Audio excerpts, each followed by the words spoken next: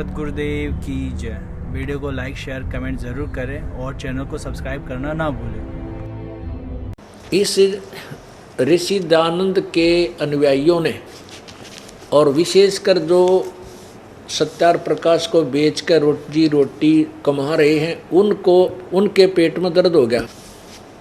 अब दयानंद जी के जो अनुयायी हैं विशेषकर वो जो सत्यार प्रकाश को बेच के अपना काम चला रहे हैं और वेदों को बेच करके अपनी दुकान चला रहे हैं, या फिर सत्यार प्रकाश की महिमा बताकर दुनिया को अपने पीछे लगा कर महर्षि आचार्य गुरु पद पर विराजमान है, उनको समस्या आ गई कि ये तुम्हारे चेले सब भागेंगे और तुम्हारी दुकानें बंद होंगी। तो उन्होंने ये क्रोथा कांड करवाया और राजा और प्रजा को भ्रमित कर दिया कि वहाँ सतलोक आश्रम क्रोथा में ऐसा बुरा कर्म होता है, वहाँ तो ऐसा होता है, बहन बेटियों की इज्जत लूटी जाती है, पता नहीं, क्योंकि इनका ज्ञान खत्म हो गया और जनता को भ्रमित करना इनका मुख्य उद्देश्य बन गया कि तुम्हारे ज्ञान की पोल खुलेगी, तुम्हारे अज्ञान की पोल खुलेगी और जनता तुम्हें थूक क्या करेगी, धक्का रहेगी, तुम किस सोए पड़े थे, इस ज्ञान को हमें बांट रहे थे। ये ऐसा शास्त्र, ये सत्यार प्रकाश जिसमें कोई सत्य नाम की चीज़ नहीं, पूरा वेद विरुद्ध ज्ञान भरा है। तो इन्होंने ये सोचा कि रामपाल को तो मार दो और आश्रम न उजाड़ दो, इतनी अफवाह फैला दो कि इनके शिष्य भी इससे दूर भाग जाएं। इन्होंने अपना पूरी कोशिश की। हरियाणा का मुख्यमंत्री भूपेंद्र सिंह हुड्डा जी, ये भी आर्य समाजी, इनका खूब दाव लग गया, इसको भ्रमित कर दिया कि वहाँ पर ऐसा गंदा कर्म होता है, ऐसा होता है। न्योना बताया कि हमारी खाल तार दी, हमारे अज्ञान की पोल खोल दी रामपाल ने, वह ना बताई। अब आई सामने सब कहे, ये सच्चाई अब ऊपर आकर रहेगी, इसको कोई रोक नहीं सकता। इनने तो अपने कर्म बिगाड़ लिए, अपने भाग फोड़ लिए, संतों और भक्तों को सता करके और परमात्मा का विरोध करके। ये कर कुछ नहीं सकेंगे, परमात्मा के सामने इनकी कोई अस्तित्व नहीं है, इनकी ब्रान माटी होगी। इनके घर में वो दुख दिखा, मैं बद्दुआ नहीं दे रहा, क्योंकि आम के पेड़ के कांटे नहीं होते, संत कभी बद्दुआ नहीं दे सकते, ना उनकी बद्दुआ लग गए। लेकिन जैसे कर्म तुमने किए हैं उनको भोगना पड़ेगा, क्योंकि तुम्हारे पास वो पाप काटने की दवाई कोई ना। पाप भी हमारे से कटेंगे, यहाँ का नाक रगड़ेंगे, उपदेश लेंगे, भक्ति करेंगे, तब वो पाप भी उनके इसी दरबार में कटेंगे। तो उन किए हुए कर्मों का भोग इनके ऊपर इतना भयंकर होगा, आपके सामने दिखा दूंगा। जो ये जिन हमारे साथ विरोध किया है और परमात्मा के मार्ग में बाधा की है, उनकी वो दुर्गति होगी। दुनिया सामने उंगली टेक टेक कहा करेगी इन्होंने वो जुल्म किए थे, आज देखो इनके घरों में क्या हो रहा है। इनने पाप इतना कर दिया, मतलब ये दास ना बद्दुआ दे रहा है, ना इनको को श्राप दे सकता, ना श्राप हमारा लाग गया किसी का, क्योंकि आम के पेड़ का कांटे नहीं होते, फल ही फल होते। तो संत बद्दुआ नहीं देते। आम के पेड़ पर टंग के को वैसे गिर कर टांग तोड़वा ले, वह बात दूसरी है। शराबी चढ़ जाए, ऊपर पड़ जाए नीचे, वो आम का दोष नहीं, वो उसके अपनी ही लापरवाही से ही चोट खाएगा। तो इन हमारा वाद विवाद चला था 2003 में, सन 2003 में आस्था चैनल पे ये प्रचार शुरू किया था हमने, हमारे भक्तों ने, तो जिसमें इन सब की पोल खाल उतरे थी इनके अज्ञान की। तो इन्होंने इतना विरोध कर दिया, सभी नकली संतों ने, ऋषियों ने, आर्य समाज के प्रधानों ने, वो हमारा बंद करवा दिया आस्था चैनल से। और फिर इनको पता लग गया कि तो थारी खाल उतर गई, तो 2004 से ये सक्रिय हो गए। 2003 से ही लोगों को भ्रमित करने लगे, वहाँ गुंडागर्दी होती है, सतलोक आश्रम में ये होता है। अब बड़ी जनता वहाँ तक तो आवा नहीं थी, उनकी बातें सुन सुनकर भ्रमित होगी। और फिर यही जो कर्म इन्होंने, जो जुल्म अब 12 जुलाई सन 2006 में किया और करवाया आर्य समाज के नेताओं ने, ये पदाधिकारी आर्य समाज के जो आर्य प्रतिनिधि के नेताओं ने, ये 2 जनवरी 2005 को करना था। उसमें हमने इनके दुष्कर्म के ऊपर इस सम्मेलन का जो है कोर्ट से स्टे ले लिया था, जब तक ये बच गया था। फिर इन्होंने बाद में मुख्यमंत्री जी हरियाणा का आर्य समाजी आ गया, इसको भी इन्होंने मूर्ख बना दिया, इसको भ्रमित कर दिया कि वहाँ ऐसा होता है, वहाँ ऐसा होता है, तो गुंडा आदमी है, गुंडे वहाँ गुंडे रखता है, औरतें जाती हैं तो फिर राजा और प्रजा को भ्रमित करके वो अन्याय करा दिया। लेकिन हम ना किसी का विरोधी हैं, हम अपने अपने परमात्मा के सहारे ऊपर उठेंगे और एक दिन दिखा देंगे सच क्या है और झूठ क्या है। हम किसी को बद्दुआ नहीं दें, ना हम किसी का बुरा सोच भी नहीं सकते, करना तो बहुत दूर की बात है।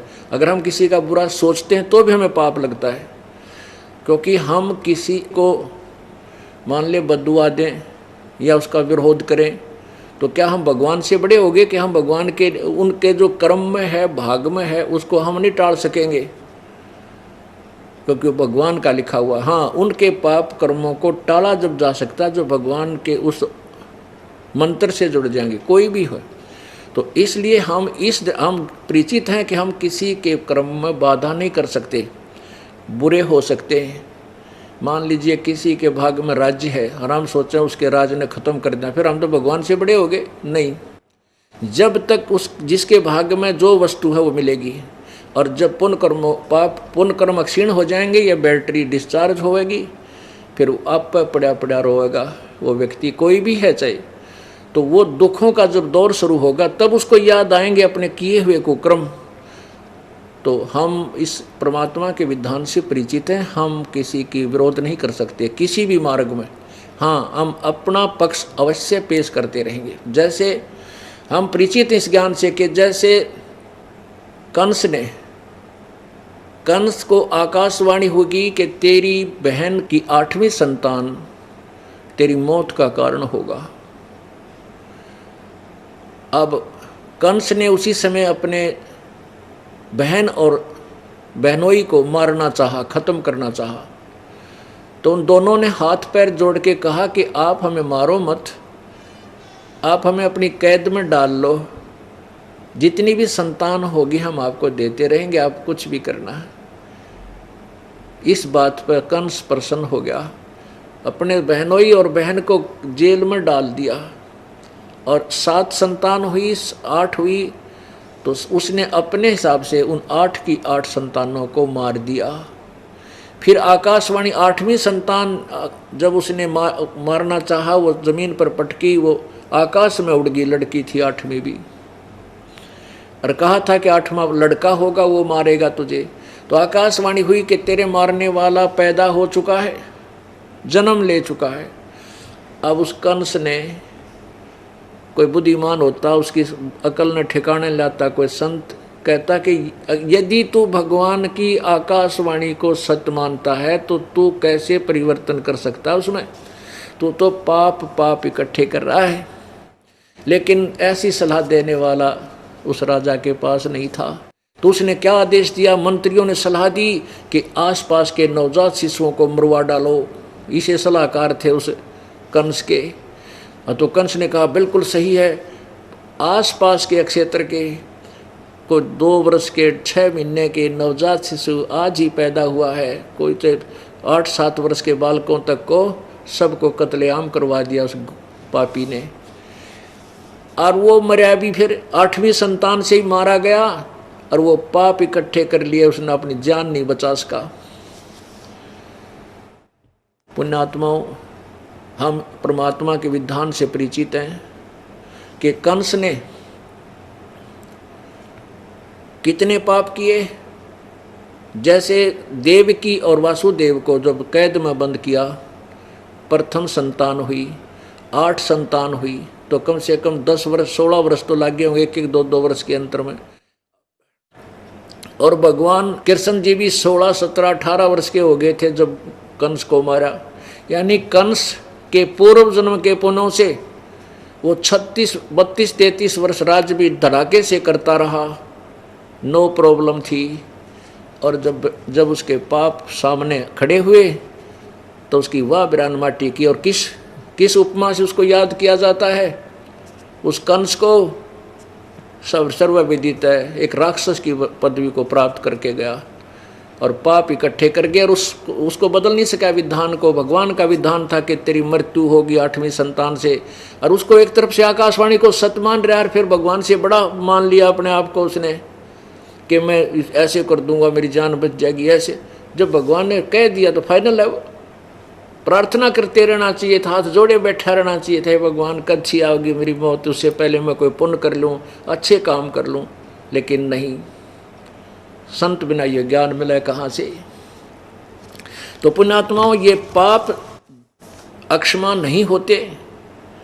तो ये जो विरोध हमारा किया गया, इस दास ने समाचार पत्रों में ये सब कंप्लीट इनकी फोटो कॉपी लगा दी कि दयानंद ये कहे और वेद ये कहते हैं। और दयानंद खुद कहता है कि वेद जो है इसमें सत्य ज्ञान लिखा है। ये देखिएगा, ये यजुर्वेद, ये देखो, वेद सब सत्य विद्याओं का पुस्तक है, महर्षि दयानंद।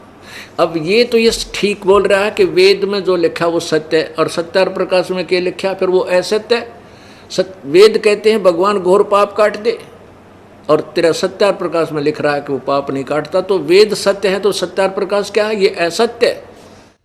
इतनी सी बात थी। इन रोजी रोटी के कमाने वाले आचार्यों ने, इन्हें सोचा तुम्हारी तो भी इतनी बूंदी बेइज्जती होगी, दुनिया के थूकेगी, तुमने के कहेगी, संस्कृत के ज्ञाता कवा, और वेद तुमने पता भी कोई ना क्या लिखा है। तो इस कारण से इन्होंने हमारा वेद विरोध शुरू किया। पहले तो समाचार पत्रों में वाद प्रतिवाद हुआ, वो तो अच्छी बात थी, लेकिन ये झूठे इतने हैं। उसमें कहते थे कि जो रामपाल ने लिखा है कि 8वें यजुर्वेद के 8वें अध्याय के 13वें मंत्र में पाप काटने का लिखा, कहते तो मित्र के बारे में लिखा, भगवान के बारे में नहीं। अब जन साधारण तो इतना प्रभावित है इस दयानंद जी की थोड़ी के सुनी सुनाई महिमा से कि महर्षि दयानंद जैसा विद्वान नहीं, वेदों का ऐसा उनके सिवा वेदों का जानने वाला नहीं। तो इस कारण से जन साधारण के मन में यह बात घर करी रही कि रामपाल तो संस्कृत नहीं जानता, और दयानंद जी संस्कृत के विद्वान पुरुष थे, वो ही वेदों को सही जान सके, इसलिए रामपाल झूठ बोल रहा। तो यह जचगी जनसाधारण के। तो इस अज्ञान को हटाने के लिए दास ने प्रोजेक्टर का सहारा लिया कि आपको आँखें दिखा दूं कि दास आज तो सब शिक्षित हैं, अनुवाद ये करके गए हुए हैं, इसमें संस्कृत की हमें जरूरत है कौन पढ़ने की, और कहीं त्रुटि है तो हम संस्कृत में भी देवनागरी लिपि है, हम उसको पढ़ भी सकते हैं, शब्दकोश से मिला भी सकते हैं, उसका अनुवाद स्वयं भी कर सकते हैं, क्योंकि हमारे पास तत्व ज्ञान है। तो पुण्यात्माओं, फिर इन्हें देखा कि तो किसी तरह काबू में नहीं आता, तो फिर सोचा आश्रम नष्ट करो और इसको बर्बाद कर दो, इतनी झूठ बोल दो कि जनता इनसे नफरत करे, इनके शिष्य भी भाग जाएं। फिर इनको पता नहीं था कि मैंने ऐसे रंग में तोते की तरह रटा रखे मेरे बच्चों को, ये पृथ्वी इधर से उधर हो सकती है, ये मेरे से दूर नहीं हो सकेंगे, क्योंकि ऐसा ज्ञान पृथ्वी पर है ही नहीं, ये जाएंगे कहाँ। बंदी छोड़ दयाल जी तुम तक हमारी दौड़े, जैसे काग जहाज का भाई सूझे और नठोर। तो इस ज्ञान के समझने के बाद ऐसी दशा हो जाती है भक्तात्मा की कि जैसे समुद्री जहाज के अंदर काग बैठकर चले जाते थे कौवे बहुत दूर तक, सुबह उनको पत्थर मार कर उड़ा दिया करते थे जहाज के चालक, ये देखने के लिए कि हम अपने जहाज की दिशा ठीक जा रहे हैं या नहीं। क्योंकि कौवे में एक विशेष गुण दिया प्रभु ने कि वो रात्रि के समय, शाम के समय जहाँ से चला था, सारी रात चल करके आगे सुबह दिन के समय वो फिर उसी तरफ गति करता है, फ्लाई करता है जहाँ से वो चले थे। इससे वो अपनी दिशा का आइडिया लगा लेते थे जहाज के चालक कि हम ठीक चल रहे हैं, हमारा दिशा सूचक ठीक काम कर रहा है या नहीं। तो फिर उन्होंने जो कौवे को उड़ा दिया था अपनी दिशा चेक करने के लिए, वो कुछ देर तो उड़कर चल लेता है, फिर उसने देखता जहाँ देखा समुद्र ही समुद्र है, समुद्र ही पानी ही जल है, तो उसको कहीं और ठिकाना बैठने का दिखाई नहीं देता, वापस उस जहाज पर आकर ही वो बैठ जाता है।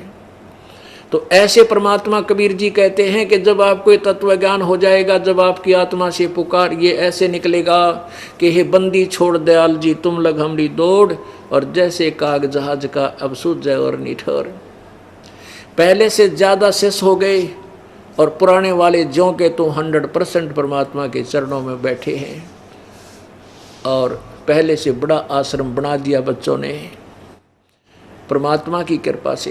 तो पुण्यात्माओं, ये परमेश्वर कबीर जी के वचन हैं कि बिचली पीढ़ी में, ये बिचली पीढ़ी शुरू होगी है, इसमें तत्व ज्ञान पूरे विश्व में जागा। कबीर भगवान का पूरा विश्व शांत होगा, पूरे विश्व में परमात्मा की महिमा का प्रचार होगा, सब जीव सुखी होंगे और परमात्मा प्राप्ति होगी।